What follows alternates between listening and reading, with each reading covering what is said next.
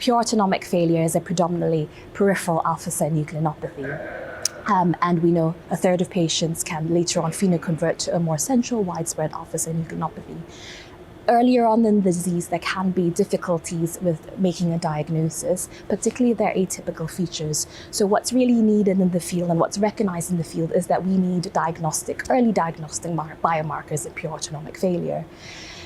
So we wanted to examine if a non-invasive biomarker looking at the skin and the deposition of alpha-synuclein in the skin could differentiate pure autonomic failure from a more central synucleinopathy and also from non-synucleinopathy related autonomic failure. So we recruited patients who were referred to a national autonomic center with pure autonomic failure, multiple system atrophy, and non-synucleinopathy related autonomic failure. We studied them with a battery of cardiovascular autonomic testing, plasma catecholamines, and we took punch skin biopsies from the distal leg bilaterally to examine with indirect immunofluorescence, looking for the deposition of alpha-synuclein on key autonomic structures in the skin and other neural structures in the skin. So we had previously described a very simple, semi-quantitative way to assess the deposition of synuclein on the autonomic structures of the skin, so the blood vessels, the sweat glands, and the erectophilar muscles, and giving an autonomic subscore of 3. And looking at the other neural structures in the skin in combination, giving a total synuclein score of 6. So when we examined our cohort of these 3 sets of patients, we found that in the non-synucleinopathy group, where we had patients with sort of inherited diseases or autoimmune diseases or toxic diseases causing autonomic failure, none of them had any visible synuclein. In the pure autonomic failure group, 100% of the biopsies had synuclein, and in most cases it was really abundant. As soon as you looked under the microscope, you saw the synuclein coming out at you. It was clearly very visible. And in the multiple system atrophy group, 73% of our biopsies had the synuclein visible. And it was often more difficult to find. It was present, but you had to search further, looking at multiple sections to find the synuclein. And when we took bilateral distal leg samples, obviously 100% of the pure autonomic failure patients had at least one positive sample. 12 of 13 of the MSA patients had at least one positive sample, and 0 of the non-synucleinopathy related autonomic failure had a positive sample.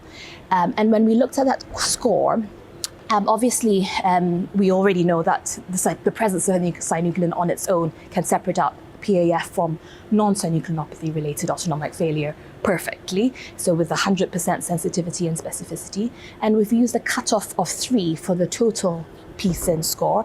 It was able to separate out pure autonomic failure from multiple system atrophy with a sensitivity of 82% and a specificity of 100%. So there are small numbers for now, but it is very promising as a potential biomarker. And out of interest, we did follow up some of these patients over time, and a couple of them did phenoconvert to a more central synucleinopathy from initially presenting with pure autonomic failure. So the patient with, just to give you an example, the patient with the lowest p-syn score of 1.5 when they first presented, when they were first studied, when they presented with a 7-year history of autonomic failure. At that stage, when we took the biopsies, they had a initial score of 1.5, but then 1.5 years after we recruited them to the study, they developed cognitive deficits and abnormal formal neuropsychometry in keeping with dementia with Lewy bodies. So we think that while it's sort of early on in this process, it may be that a low synuclein score in someone presenting with isolated autonomic failure is reflecting perhaps a more underlying, more widespread central synucleinopathy as the cause of the autonomic failure and potential red flag for future phenoconversion. The initial report for the p-synuclein is we studied that within 36 patients with autonomic failure referred to our center, but we have more biopsies that we are planning to analyze, and it's a future ongoing collaboration between our unit and Professor Maria Milano's team in the skin biopsy laboratory in Italy. So it's an ongoing study, and we hope to publish our initial results and a future larger study as well. I was really thrilled as I received an award yesterday from the European Federation of Autonomic Societies and a mission MSA on the work for the cutaneous phosphorylated-synuclein study. So that was really exciting to recognize the work that our centre and Prof. Maria Milano's team in Italy have done for this collaborative study. So I was really thrilled to receive it, and hope that we'll be able to improve the understanding and treatment of these diseases in the future.